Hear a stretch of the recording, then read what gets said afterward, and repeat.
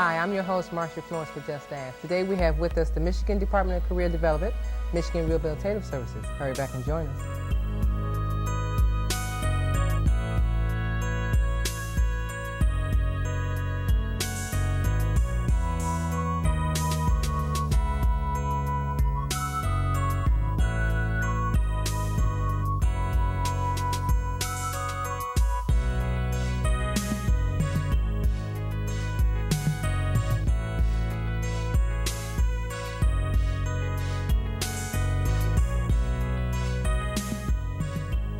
Hi, I'm your host, Marcia Florence for Just Ask. Today we have with us the Michigan Department of Career Development, Michigan Rehabilitative Services, the Eastern Division Director, Sylvia Manafee.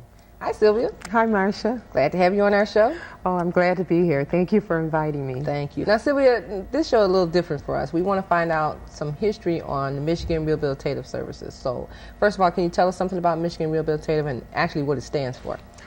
Well, Michigan Rehabilitation Services is a federally funded program, and there are some state dollars that are thrown in to help operate the program. And the agency, the federal program, has been in place since 1920. And our primary focus and mission, goals, and objectives is to provide career assistance for persons with disabilities who desire to want to work. And simply stated, that's been our mission. Okay. Now, you say it's been in existence for, I'm not going to go back that far in the years, but if the mission is to help persons find employment, is education involved in there also? Yes, it is. For individuals with disabilities who have difficulties finding employment or obtaining employment or keeping employment because of a disability-related reason, if training is required in order to equip them to be productive employees, then in those instances will we assist the individual in getting the necessary training. Now, oftentimes what we try to do is to first, meet with the individual to find out what their interests are, what their capacities are, and then to also find out what their career goals, their long-range career goals are, and then identify what resources are there in the community that can help offset some of the cost of having to perhaps go back and get some retraining. So rehabilitation services typically is not the first dollar if training is required. We look for what is called comparable benefits that exist in the community. And you'd be amazed with the types of resources that are available in the community that can provide or at least help cover the cost of some very important and meaningful training for our customers. Now, how does one come in contact with the agency? Well, there's several ways. First of all, usually individuals may be referred to us by family independence agencies, the Department of Community Health, the schools, and also through the Michigan Works agencies. So we're well connected in the community so that if an individual is interested in getting services that will prepare them for employment, there are multiple partners throughout our communities that are able to refer individuals to our agency.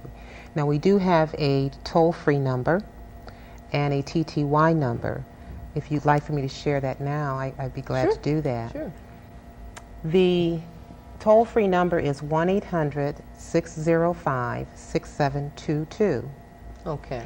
And the TTY number is 1-888-605-6722. Okay. And I'm very proud to also mention that we have a website. Okay. And our website address is mrs.state.mi.us. And anyone can access that webpage and find a wealth of information about our program. It provides statistics on the number of people that we have been able to successfully rehabilitate.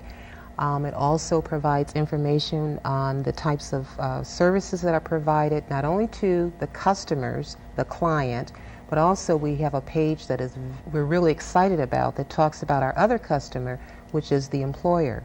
Okay. Michigan Rehabilitation Services realizes that in order for us to be successful as a program, but most importantly, to really level the playing field for persons with disabilities, that it's important to bring those two entities together, and that's the employer and the customer who is the client. Okay, that sounds good. Now let me ask you this. So you have a 1-800 number for voice. Okay, so then the TTY, and some people may not be familiar with TTY. Can you just elaborate a little bit on TTY? That's for the hearing impaired and yes, it is. profoundly deaf? Absolutely. Okay, so then that's a relay service that's actually available for an individual. That's correct. Okay, and so is someone in your office that operates the TTY, or is that third party?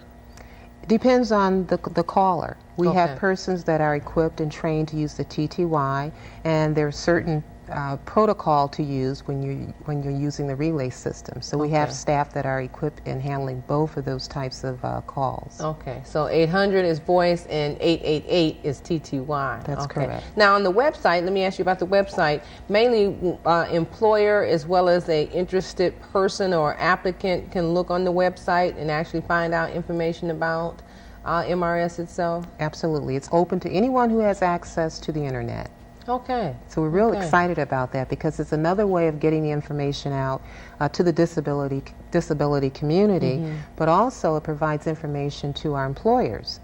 And they are able to find out that there are a wealth of services that we can provide to them to help them, one, retain a good workforce, because now employers are realizing that they save money if they are able to retain employees who may be injured on the job or who may have a disability or have acquired a disability, Okay. that they ultimately will save money if they provide accommodation services that will enable that person to maintain themselves as a productive employee. Now, when you say, I didn't mean to cut you off, Sylvia, but when you say save money, and I'm sure our listening and viewing audience is probably trying to figure out how would the employer save money. Is that basically like a tax break issue or something? What I'm really relating to the bottom line. When an employer hires an individual, there's cost in recruitment.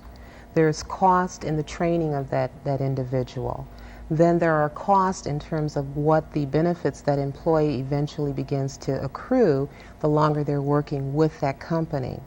So if an employer does not identify and quickly address issues that are disability related, that employee ultimately may end up leaving the job, and as a result the employer would then have to repeat the whole process all over again. Okay, but is the employer informed earlier on, or do they? I mean, how did this employer, by means of saying, okay, I want to hire a individual who's a disabled person, and that person could be profoundly deaf, visually impaired, or a wheelchair recipient or something. They don't make a selection process. Do they actually do resume readings and stuff just like, you know, a regular, everyday job employer? Do they actually review resumes in order to decide or obtain information on the applicant before they actually meet the person?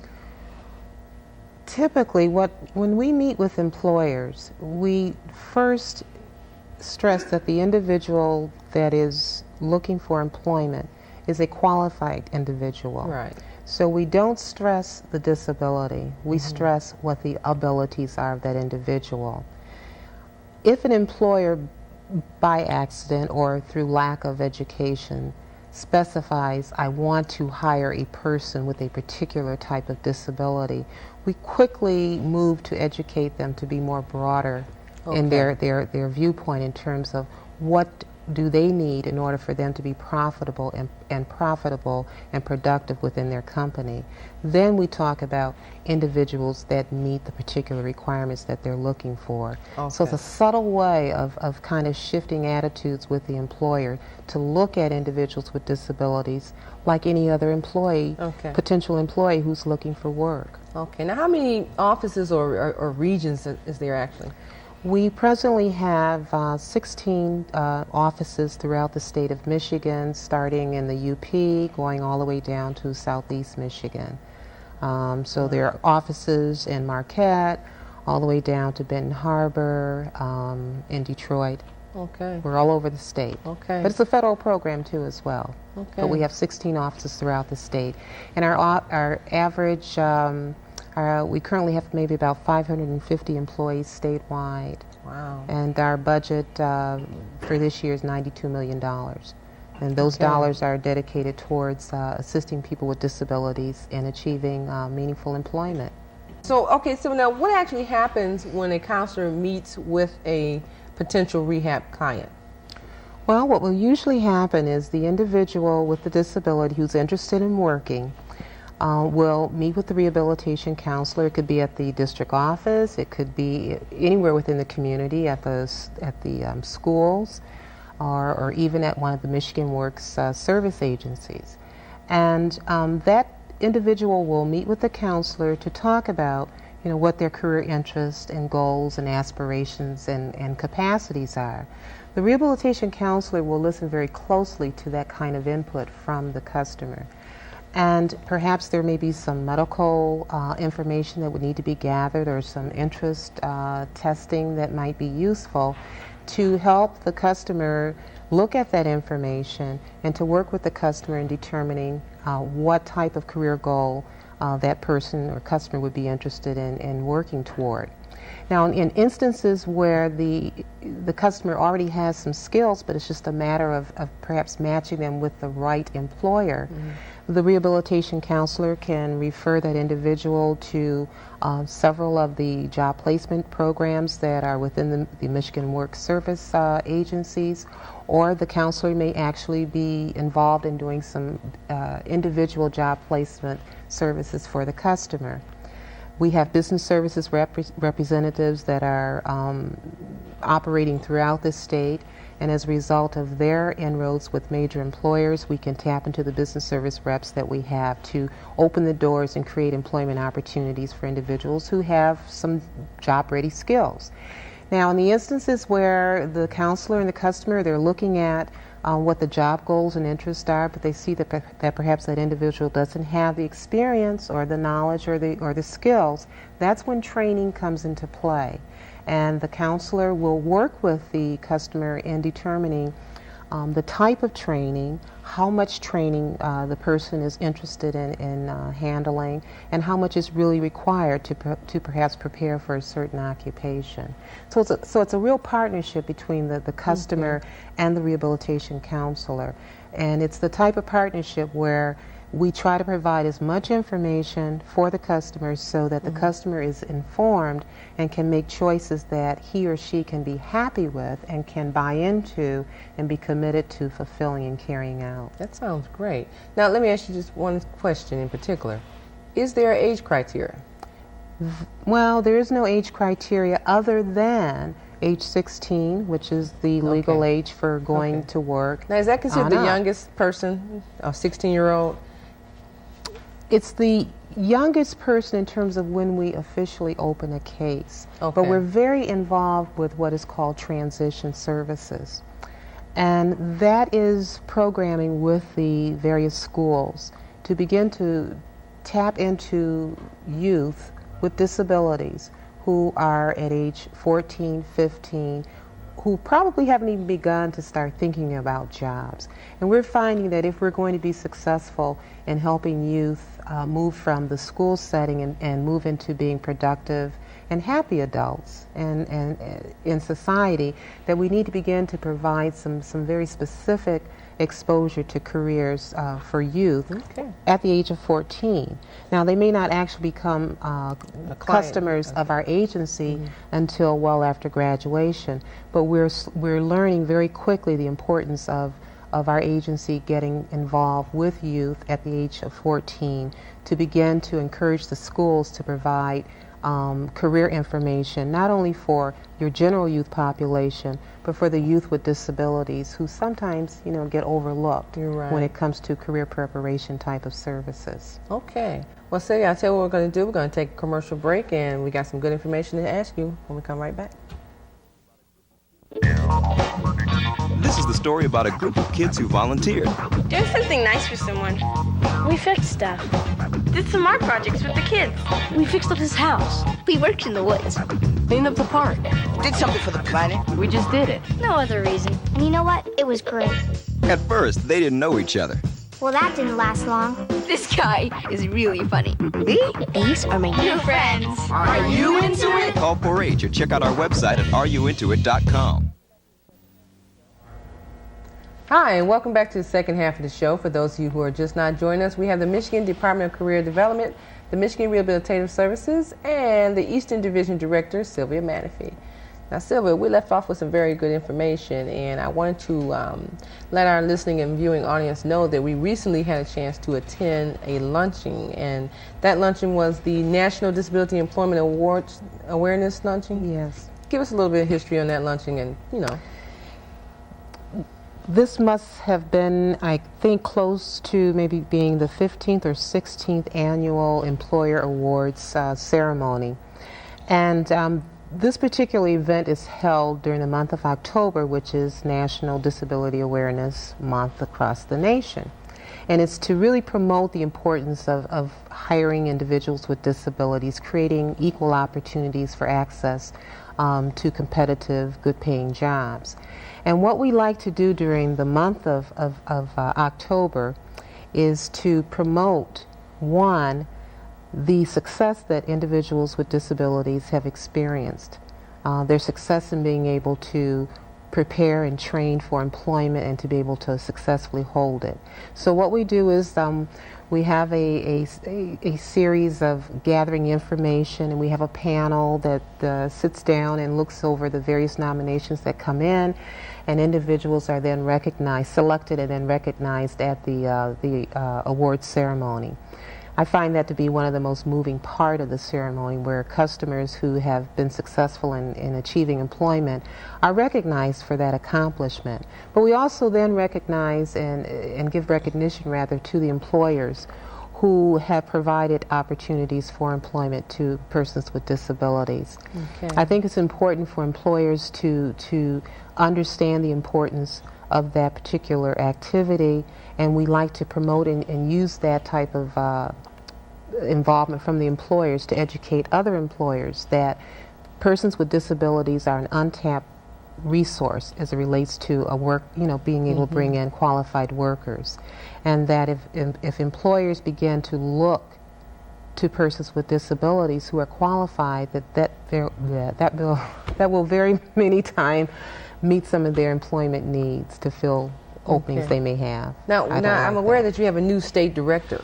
Yes, we have a new director. Her name is Dr. Barbara Boland, and she's from Texas, and she's full of energy, full of vitality, and she's very interested in bringing together employers, community colleges, the schools, preparing our youth to be productive members of the workforce.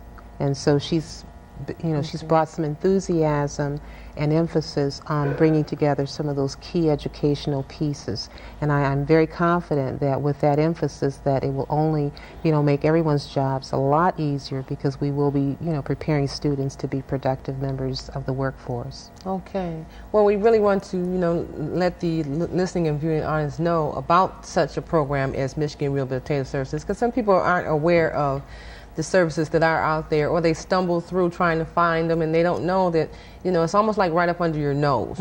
Okay, so we do want to air those phone numbers again, and also ask you to give us the website address again, so that, in case someone's at home, they can actually just key into you and find out more information, because I know you have a lot of information stored in, and this little time is, not enough. But I think that it's most important for the average individual who's going through some mild or serious changes to find out what services are out here, and try to make it a little easier on themselves to either further their education or prepare themselves for future employment. And I have to admit, I don't think the audience knows, but I'm a graduate of MRS Services, Michigan Rehabilitative Services, and I do know it works. So, I do definitely appreciate you coming and giving us all this vital information. Thank you for having me. Most of all, Sylvia, is there anything you want to tell us? Because we're going to use this last few minutes to actually air some of the luncheons so people can get an idea of what will take place in the years to come if they need to call and gather some information, or if they want to be a participant. So is there anything you want to tell us before we go? Yes, there is. First of all, at the Employers Luncheon, did I mention there were close to 200 people in attendance? Okay. That's very important to mention, and we held it at the Holiday Inn in Dearborn, Detroit in Dearborn. And we had representatives from Mayor Dennis Archer's office. And not only did we have Dr. Boland, who came in and provided an opening, welcoming address, we also had Robert Davis, who is our director of Michigan Rehabilitation Services. He welcomed the crowd. And then we had a very good speaker, two good speakers, Mike Zelli, who is the director of the Disability Network and president of Michigan Works Agency. And then we had a customer, Denise Laverty, who was able to talk about her personal experiences as a result of, going through our program. So it was a beautiful, beautiful affair, and we were very proud of it, and it energized everyone there. Right. Yeah. So Sylvia, in our closing, could you please be so kind to give us that website address again, just in case we have some of our viewers who are interested in logging in onto you? I'd be happy to, Marcia. The website address is www.mrs.state.mi.us. Okay. Now, if it's by voice, they can dial the 800 number 605-6722, and if it's by TTY, it can be the 888-888-605-6722. That's correct. Okay. Well, we'll make sure that we flash those numbers and the website for you again, so you never know, you'll get a lot of calls this way. Well, Sylvia, we want to thank you so much for coming and joining us today, and we did have a wonderful time in attending the luncheon in the October month, and we do plan to go again. But ladies and gentlemen, let me ask you this: if you are interested in contacting the Michigan Rehabilitative Services, please use those numbers or the website, or if you'd like some further information from us here at Just Ask, please give us a call at 248-988-0250 at the Just Ask Foundation hotline. And as you all know who I am, I'm Marsha Florence, your host for Just Ask. But as I always say, if you know someone with a disability, don't be afraid to ask. Just ask. I'm your host. Thank you. Are you finished? Did you?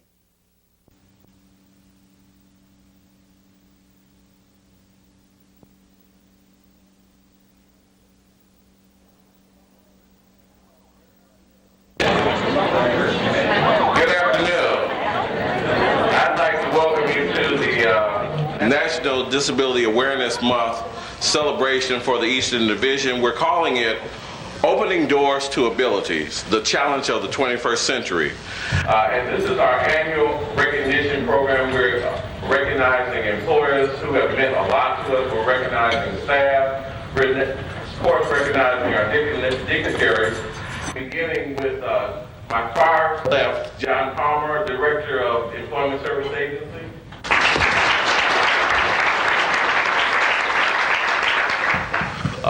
Bob Pendleton, and you're the director, assistant director to the department? Deputy director. Deputy director, sorry. Deputy Bob. Deputy Bob, okay, all right.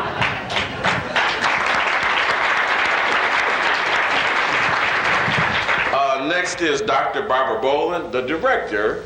Are you Deputy Barb too? No. The director of the Michigan Department of Career Development. Thank you for being here.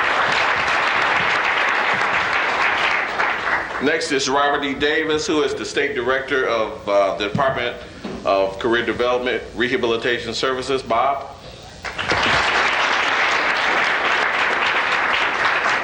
Next we have Sylvia Menifee, who is the Director of the Eastern Division of our department, Michigan Department of Career Development, Rehab Services. Sylvia?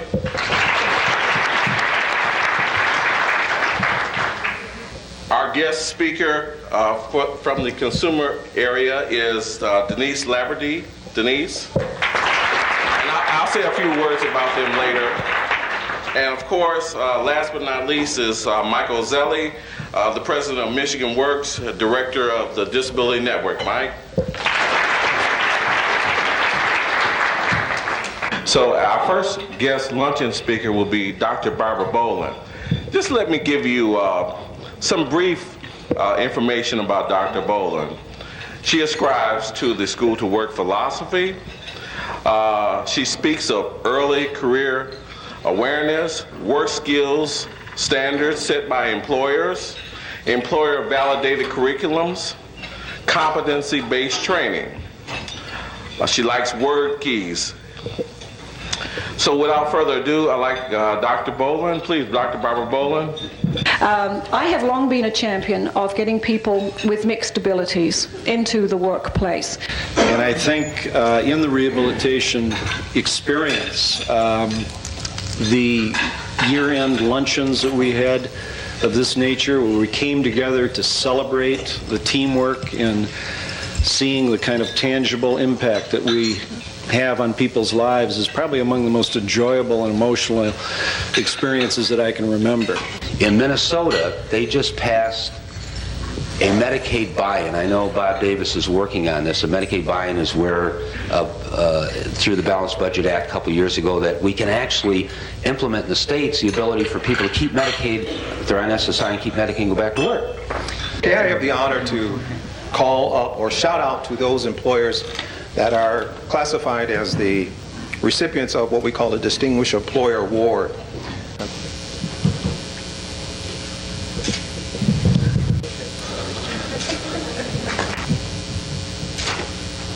Good afternoon. I have the pleasure of presenting this award. Michigan Rehabilitation Services gives this award each year to individuals with disabilities who have taken great strides and made tremendous achievements in gaining self-sufficiency through competitive employment.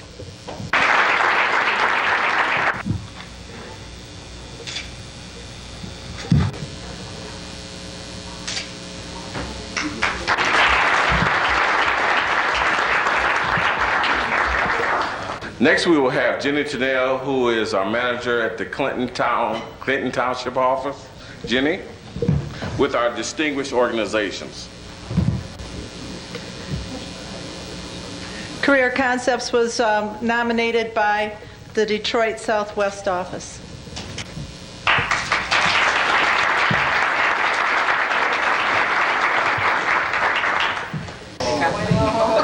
Is that the Flint list? Next, we will have Grant Eucas with Praising Our Own and concluding remarks. Thank you.